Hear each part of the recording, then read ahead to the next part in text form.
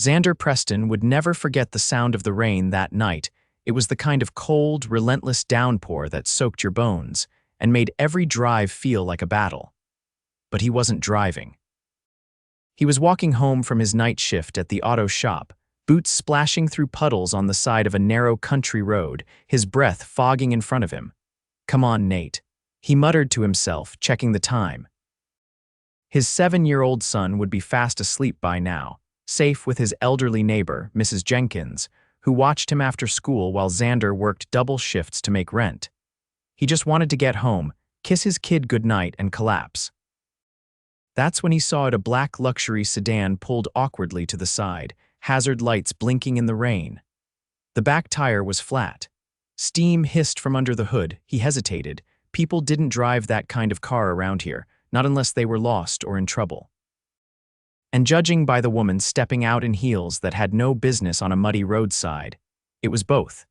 She looked like she'd stepped out of a movie, dark hair pulled into a sleek ponytail, soaked silk blouse clinging to her as she cursed under her breath and kicked at the useless tire. "You all right?" Xander called out, raising his voice over the rain. She spun toward him instantly, wide-eyed. "Do not come any closer, seriously, I will mace you." He raised both hands. "Relax, I'm not a threat. Just saw your car and thought you might need help." She narrowed her eyes, clutching a tiny designer purse like it was a weapon. "You from around here?" "Yeah, name's Xander. I live a few blocks that way. Mechanic." He nodded toward the car. "Looks like your radiator's shot." "You're not getting far tonight." The woman muttered something under her breath, then visibly exhaled. "Damn it. I'm supposed to be at a hotel in the city. My phone's dead and my charger's in my suitcase, which is now somewhere under a gallon of water." He scratched the back of his neck. "There's a diner a mile up. It's 24/7. I can walk you there, help you get a tow." Her shoulders dropped. "Fine, lead the way." As they walked, she stumbled more than once in her heels before finally giving up and walking barefoot, carrying the shoes like they'd betrayed her. She didn't talk much, except to mutter about how she should have taken the damn helicopter. "Helicopter?" he asked, raising an eyebrow. "Figure of speech," she said quickly. The diner was nearly empty when they walked in, just a couple of truckers, the night cook, and a waitress who blinked at the sight of the soaked woman and the man in a grease-stained hoodie. "Coffee?" the waitress asked. "Please," the woman sighed, sliding into a booth.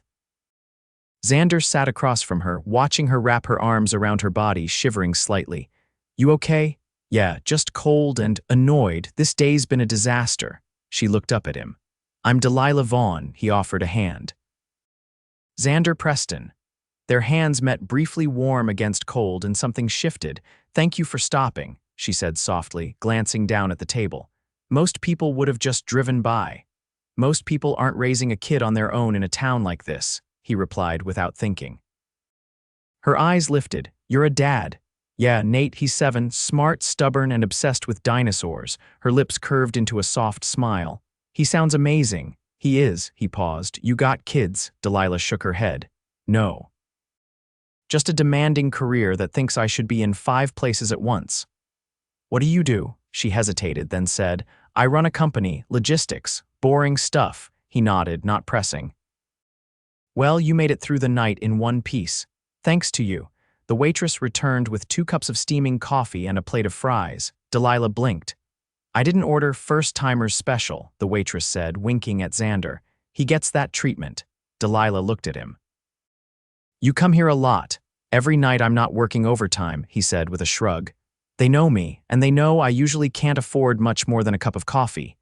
She stared at him for a beat, then pushed the plate of fries toward him. "Split it," he blinked. "You sure?" "Yeah," she said. "It's the least I can do for the guy who saved me from being eaten by raccoons." He chuckled, the sound warm and low. "You really think raccoons eat people, in heels and a dead phone?" "Absolutely." They sat like that for a while, eating fries, sipping coffee, rain tapping gently against the diner windows. And when she laughed, really laughed, something loosened in Xander's chest. He hadn't heard a woman laugh like that in years. When the tow truck finally came, she stood, brushing her damp hair off her face. "Thank you again." "You sure you'll be all right?" he asked, standing too. "I will. I'm just tired, and I have a lot to think about." "Like taking a helicopter next time," That earned him another laugh. Exactly, he nodded toward the parking lot. I'll walk you out. They stood beside the truck, the driver loading up her car. Delilah faced him. I mean it, thank you. You didn't have to help me, but you did. It's not a big deal. It is to me. She dug into her purse and pulled out a sleek black card. Just in case you ever want to call, he hesitated. You don't have to, I want to. Their eyes met hers unreadable, his open and a little surprised. Then she leaned in and kissed his cheek, warm and quick like a secret. Good night, Xander. And just like that, she was gone. He stood there a moment longer, watching the taillights disappear into the fog, her card burning in his hand. He had no idea that Delilah Vaughn wasn't just some stranded driver. She was the CEO of Vaughn Global Logistics, one of the biggest corporations in the country. And she'd just fallen for the poor mechanic who rescued her on a rainy night. Delilah Vaughn hadn't meant to call him. She stared at the black card in her hand 3 days after that soaked roadside disaster, tucked into the corner of her penthouse office's glass desk, while the city skyline stretched out behind her like a glittering trophy. She had a meeting in 9 minutes, 2 merger proposals to review, and a press dinner that evening. And yet she couldn't stop thinking about him, Xander Preston. Even his name felt out of place in her world, like a song she hadn't heard in years that kept playing in the corners of her mind. Miss Vaughn, her assistant said, knocking lightly on the open door. Your 11 o'clock is waiting in the conference room. I'll be there in a minute. Her voice was calm, clipped, professional. Always. As the assistant stepped away, Delilah's gaze dropped again to the card. No last name, no email, just a number scrawled in blocky handwriting. She slid it into her drawer and shut it firmly, but by midnight, when the city had quieted and her apartment echoed with silence, she pulled it back out. She didn't plan what to say, she just dialed. Hello, his voice was warm, slightly groggy but alert. It's Delilah. She paused. From the diner, I remember. There was a pause, not awkward, just full. I wanted to say thank you again, she said, pacing barefoot across her living room, city lights flickering against the windows. I keep thinking about that night. Me too, he said, though I'd rather remember it without the soaked boots. She laughed softly, almost startled by the sound. I was wondering something, shoot. Would you want to meet again, for coffee, she added quickly, or lunch? Something simple. Sure, he said without hesitation. I get a break around noon most days. Tomorrow? Yeah, there's a spot near the park on Main. I can text you the name. It's not fancy. I don't need fancy, Xander. The next afternoon, Delilah arrived 10 minutes early. The cafe was small, quiet, with mismatched chairs and chalkboard menus. A mother with twins sat near the window, and a college kid tapped away on a laptop in the corner. She wore jeans. She never wore jeans. But a pencil skirt and heels felt like armor in a place like this. And she didn't want armor with him. When he walked in, she saw him before he saw her. He looked different in the daylight, less guarded, the faint hint of stubble on his jaw, a gray shirt that clung to him in all the right ways. You came, he said, sliding into the seat across from her. I said I would. I wasn't sure, he admitted. People from your world don't usually say things they mean, she tilted her head. You think you know my world. I know enough to recognize when someone's not used to being told no. She smiled faintly. And you're the kind of man who says no, when I need to. He leaned forward. Why are you really here, Delilah? She didn't answer right away. Instead, she looked around the cafe, then back at him. Because I haven't stopped thinking about you, because something about that night felt different. And because I don't want to go another day pretending it didn't happen, he studied her. You're not exactly subtle, are you? No, she said. I don't do subtle or patient. That makes 2 of us. The waitress came by and they ordered sandwiches and iced tea. When she left, Delilah glanced down at the table, then back up at him. Tell me something real. What do you want to know? Anything. Something nobody else knows. He was quiet for a second, then said, I used to be a contractor. Before Nate was born, I had a crew, a decent gig. I walked away from it when his mom left. Needed something steadier, more hours, less risk.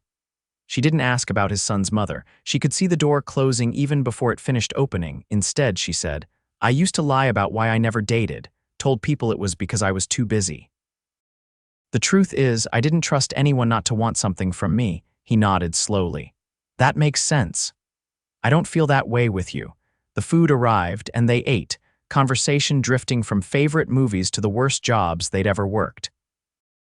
At one point, he made her laugh so hard she choked on her tea. She didn't remember the last time that had happened. After they finished, he leaned back and glanced at her. "You ever been on the back of a motorcycle?" She raised an eyebrow. "Do I look like I have? Didn't think so." "Want to change that? I have a gala in 4 hours. Then you've got 3.5 to live a little." She hesitated, then stood. "Let's go." The ride was loud and fast, her arms wrapped tight around his waist as they sped down a stretch of road lined with trees and open sky. Her hair whipped around her face, and for the first time in years, she didn't care what she looked like when they stopped at a lookout point, the city shimmering in the distance. She climbed off and pulled the helmet off her head. "You're insane," she said, breathless. "You screamed. Because I thought we were going to die. Admit it," he said, turning toward her. "You liked it." She didn't answer. She just took a step closer, so did he. "I don't usually do this," she said quietly. "Neither do I." They kissed slow at first, then deeper. Her hands curled into his shirt, his fingers threading through her hair. It wasn't soft, it wasn't careful. It was need. When they finally pulled apart, she caught her breath, her forehead resting against his. "I should go, I know. But I don't want to." "Then don't," she pulled back, eyes searching his. "If I stay, this doesn't go back to normal tomorrow." "I don't want normal." She nodded once, then stepped back. "I'll call you later." He watched her go, the sound of her heels fading into the night, and for the first time in years, Delilah Vaughn didn't feel alone. Xander didn't expect to see her again the next day, or the day after that, but she came. Not with fanfare or pretense, just Delilah, in jeans again, with her hair pinned up like she hadn't touched it since that motorcycle ride. She showed up while he was finishing a brake job in the back of the shop, catching him off guard. One minute he was elbow-deep in grease, and the next she was standing in the doorway of the garage, holding 2 iced lemonades. "Don't worry," she said before he could speak. "I asked your boss if I could say hi. He said, and I quote, 'Go put him out of his misery.'" Xander wiped his hands on a rag, a faint laugh catching in his throat. "I didn't think I looked miserable." "You didn't. But apparently you've been dropping bolts every time your phone buzzes." He took the lemonade she handed him, the cold stinging his calloused fingers. "You want to come inside? It's hot out here." "Only if you promise not to analyze my car again," she said, stepping carefully around a coil of hoses. "I'll try to restrain myself." They sat on the steps outside the side door that faced a scraggly patch of grass and a distant water tower. The hum of the shop faded behind them. "How's Nathan?" she asked after a minute. Xander blinked. "Good, he's at Mrs. Jenkins's today. They're baking muffins. I'm supposed to act surprised when he gives me one later. He sounds like he's got you wrapped around his finger." "Yeah, well, he's all I've got." Delilah looked out at the cracked pavement. "Do you ever miss it?" "Miss what?" "Whatever life you had before him. The one where you could be selfish." Xander leaned back on his elbows. "Sometimes, but I was a mess before Nate. I didn't know what I was doing. Having him, it forced me to figure out who I wanted to be." She was quiet for a moment. "I think I've spent so long building something that I forgot who I was building it for." He glanced at her. "You saying you're lost?" "I'm saying I've been running on autopilot for years. I make the decisions. I close the deals. I write the checks. But at the end of the day, I go home to a place full of glass and steel and silence. You could change that. I don't know if I know how." "You do," he said simply. "You just have to want to." Delilah turned toward him, studying his face. "You make it sound easy." "It's not," he admitted. "But it's worth it." She didn't answer. Instead, she reached into her bag and pulled out a folded envelope. "I brought you something," he frowned, taking it.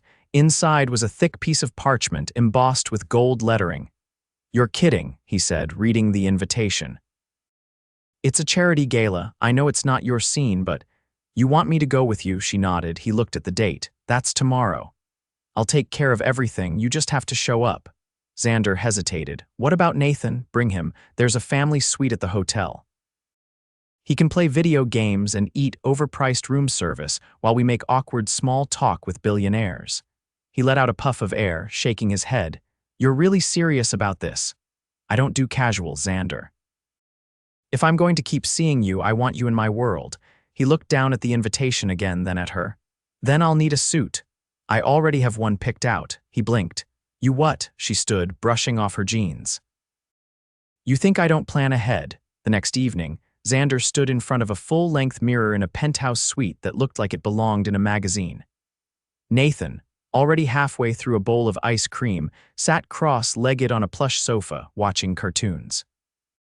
Xander adjusted the cufflinks real silver, initials engraved, and cleared his throat. What do you think, bud? Too much. Nathan looked over. You look like James Bond. Is that a yes or a no? It's a yes. Xander tugged at the collar. I feel like a fraud. You're not, Delilah said from the hallway.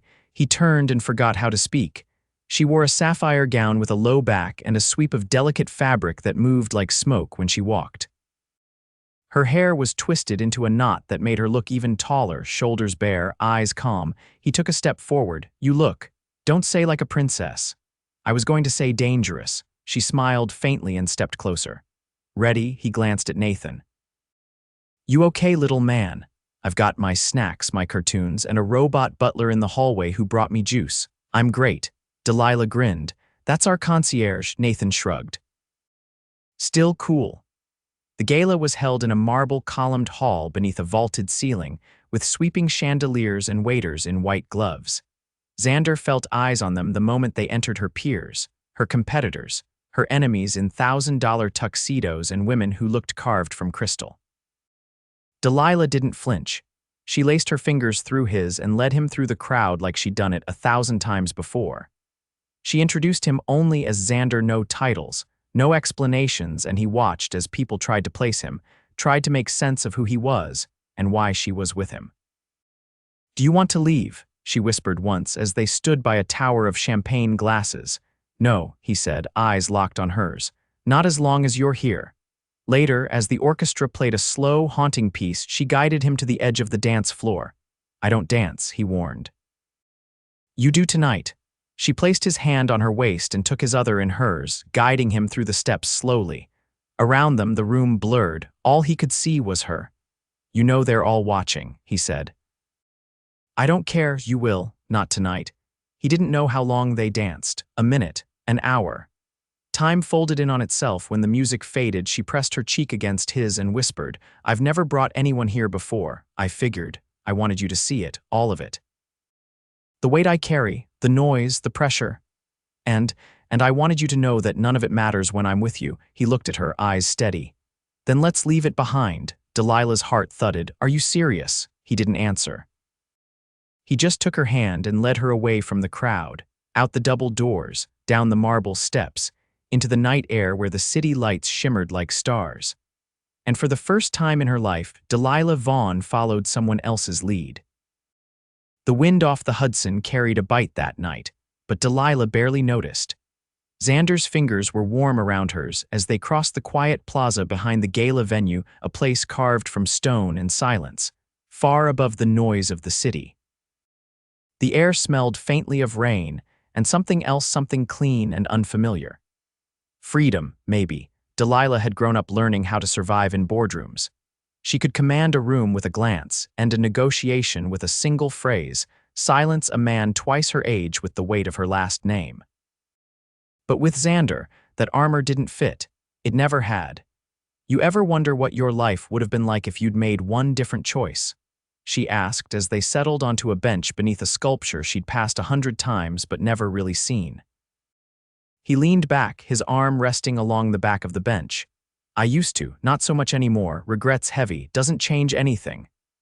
I spent years chasing things I thought mattered, numbers, acquisitions. I told myself I was building something noble, she exhaled. But I don't know if I ever stopped to ask who I was building it for. You're allowed to want more now. I don't think I knew what more looked like until you. He turned to face her, his tone low. I'm not perfect, Delilah. I've got bills stacked on my kitchen counter, a truck that rattles when it turns left, and a son who sometimes cries when he thinks I can't hear him. You think I want perfect? You're used to men who wear cufflinks that cost more than my apartment. I'm used to men who lie through their teeth and call it diplomacy. You're not like them. He was quiet for a long moment. Why me? Because when my car broke down, you didn't ask who I was. You didn't care what I could offer. You didn't try to fix me, you just helped. And somewhere between that diner coffee and the back of your motorcycle, I forgot to keep my walls up. His voice was careful. I don't want to be a secret. You're not. You say that now. But what happens when the world finds out the Queen of Vaughn Global is dating a man who works with his hands and can't afford valet parking? I tell them I'm in love with a man who taught me what loyalty looks like. Xander stood and offered his hand. Come on. Where? You'll see. They walked in silence, turning down side streets and alleys until they reached a narrow iron gate behind an old church. He pulled something from his pocket, a small key wrapped in tape, and unlocked it. Inside was a rooftop garden, long abandoned but still full of life. Ivy crawled up broken trellises, and the air was heavy with jasmine. He led her to the edge where the skyline stretched out, golden and endless. I used to come here when things got too loud, he said. When Nate was at school or I needed to think. It's beautiful. It's real, no suits, no speeches, just sky. She turned to him. Do you bring many women here? Just one. He reached into his jacket and pulled out a small velvet box. Delilah froze. I didn't plan this, he said, voice rough. I didn't even know I was going to do it, but standing in that ballroom tonight, watching you walk through a world that chews people up and still choosing me, I knew. He opened the box. Inside was a ring, a simple band, silver with a single stone shaped like a teardrop. It wasn't flashy, it wasn't loud, but it was breathtaking in its sincerity. I can't give you penthouses or yachts, he said, but I can give you honesty. I can give you a partner who shows up.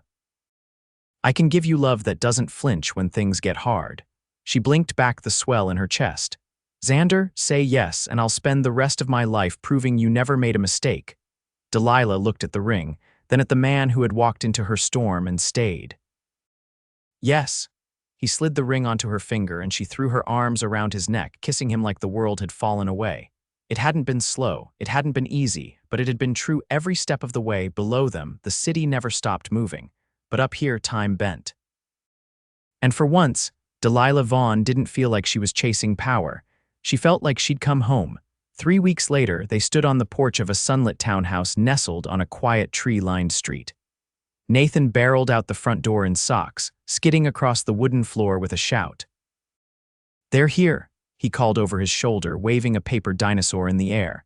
They're really here. Xander stepped out of the car, lifting Nathan into his arms. Careful, bud, you'll break something. Delilah followed, her heels clicking softly against the walkway. She was glowing, her hair loose around her shoulders, a bouquet of sunflowers in one hand. She turned toward the woman waiting on the porch. Mrs. Jenkins brushed her hands on her apron and smiled through watery eyes. So this is the famous Delilah. I hope I live up to the hype. Oh, honey, you've already done more than that. They stepped inside, warmth wrapping around them like a welcome. Later that night, after Nathan had fallen asleep surrounded by cardboard dinosaurs and leftover wedding cake, Delilah stood by the window, watching raindrops streak across the glass. Xander came up behind her, wrapping his arms around her waist. You thinking about work? He asked softly. I'm thinking about how I used to come home to silence. He kissed her shoulder. Not anymore, she turned, resting her forehead against his. I didn't think I could have this, not really. You didn't rescue me that night, Xander, she whispered. I think I rescued myself the moment I let you in. They stood like that, the rain a soft lullaby outside the window, the world quiet for once. No deals, no deadlines, just two people who had nothing to offer each other but everything that mattered. And in the stillness of that moment, Delilah Vaughn realized she had never felt richer in her life. The spring air was heavy with honeysuckle when Delilah stepped out into the backyard of the townhouse, barefoot on the flagstone path, a glass of lemonade in one hand and a stack of sketchbooks in the other. The sun hung low, casting golden light over the garden Xander had started reviving with Nathan's help. Rows of tomato plants, a stubborn patch of lavender, and a crooked little birdhouse Nathan insisted was structurally sound. Xander was crouched beside the grill, sleeves rolled up, trying to coax the flames into behaving while Nathan darted back and forth with a plastic water gun, narrating an elaborate space battle to no one in particular. Please tell me you didn't let him talk you into grilling pineapple again, Delilah said as she approached. He bribed me with a $5 bill and a drawing of a T-Rex jumping over a volcano. Xander replied, adjusting the heat. Hard to say no to that. She sank onto the bench under the trellis, flipping open a sketchbook. He's been drawing more lately. I noticed. He glanced over at her. You think it's because of the art classes? I think it's because he finally has a place that feels like it's his. Xander stood, brushing his hands on a towel as he joined her. You too, she looked up. Me what? You feel like this is yours? She closed the sketchbook, fingers resting on the cover. I didn't at first. I kept waiting for something to snap me back, some emergency, some deal crashing. Some voice reminding me I don't belong in a house with a garden and a kid who calls me Del. He sat beside her, knees brushing. And now I don't flinch when the phone rings. And I don't look at the clock during dinner. Xander reached over and took the lemonade from her hand, sipping it without asking. You know, I was half convinced you'd get bored. Of you, of all of this, the quiet, the routine. Grocery lists and carpool schedules. Delilah leaned into him, resting her head on his shoulder. I spent over a decade pretending stillness was failure. Turns out, it's the only thing that ever made me feel whole. Nathan skidded to a stop in front of them, water gun dangling from one hand, the other holding a folded piece of paper. I made you something. Delilah took it, unfolding the page. It was a drawing her, Xander and Nathan standing under what looked like a treehouse with fireworks exploding in the background. I'm the one with the cape, Nathan explained. You're the queen and Dad's the builder of everything. Delilah blinked, her voice soft. It's perfect. I'm gonna go guard the perimeter again, he added, already racing off. Xander watched him go. You know he's never called anyone mom, not even by accident. Delilah turned toward him. And I would never expect him to. I'm not trying to take anyone's place. I know, he said, eyes steady. But he told me last night that if we ever got married, he'd want to walk you down the aisle, her breath caught. He said that, right after he asked if we could get a dog. Delilah laughed, pressing a hand to her mouth. That's a solid negotiation tactic. Xander took her hand, intertwining their fingers. I've been thinking about it. Getting a dog, getting married. She blinked, then sat up straighter, her heartbeat suddenly louder than the distant chirping of crickets. You're serious. I know we rushed into everything. I know it's been fast, but I've never been more sure of anything in my life. He reached into his back pocket and pulled out a small, folded envelope. I didn't want to do another ring. You already wear mine. I wanted to give you this instead. She took it, opening it carefully. Inside was a deed. Her name and his side by side listed as co-owners of the townhouse. I had it changed last week, he said. This house is ours, not mine, not yours, ours. I want our life to be just like that. Her eyes stung and she blinked hard. Are you proposing to me with real estate? I'm proposing to you with permanence. Delilah set the envelope down and cupped his face. Then my answer is yes. 1,000 times yes. He kissed her slow and deep, the kind of kiss that didn't need an audience or a spotlight, just sky and laughter and the smell of grilled pineapple in the background. Later that summer, they were married in the backyard, beneath a canopy of string lights and wildflowers that Nathan had insisted on picking himself. There were no reporters, no press releases, just a small circle of people who mattered, Mrs. Jenkins, Xander's old boss from the shop, a few of Delilah's closest friends who'd flown in without questions, only smiles. Nathan wore a suit too big and carried the rings in a dinosaur-shaped box. When Delilah walked down the flagstone path in a pale gold dress, sunlight catching in her hair, Xander didn't see the CEO of a global company. He saw the woman who'd danced in his garage, who'd stayed up late helping Nathan build a science project, who made grilled cheese on Sunday nights and never once apologized for wanting both love and a legacy. After the vows, Nathan stood between them, gripping their hands. So what happens now? Xander bent down. Now we build. And get a dog, Delilah added. Nathan grinned. Can it be a big one? We'll see, Xander said, already pulling them both into a hug. Months passed, each one quieter and fuller than the last. Delilah stepped back from half her board seats, choosing instead to consult part-time and spend the rest of her hours where she finally wanted to be. They built a garden that flourished, a home that echoed with laughter. and a life that looked nothing like the one she'd planned, but everything like the one she'd dreamed of when she didn't know what dreaming felt like. On the first anniversary of the night they met, they took Nathan to the diner where it all began. The same waitress waved them to the same booth, still recognizing Xander, her eyes widening when she caught sight of Delilah beside him in jeans and a ponytail. They ordered fries and shared coffee just like before, only this time there was no rain. No broken-down car, no walls between them, just a woman who had everything and a man who asked for nothing but her heart and got all of it. And in the booth where it all began, Delilah reached for Xander's hand, kissed his knuckles, and whispered just loud enough for him to hear, "Thank you for stopping." And he smiled, eyes never leaving hers, "Thank you for staying."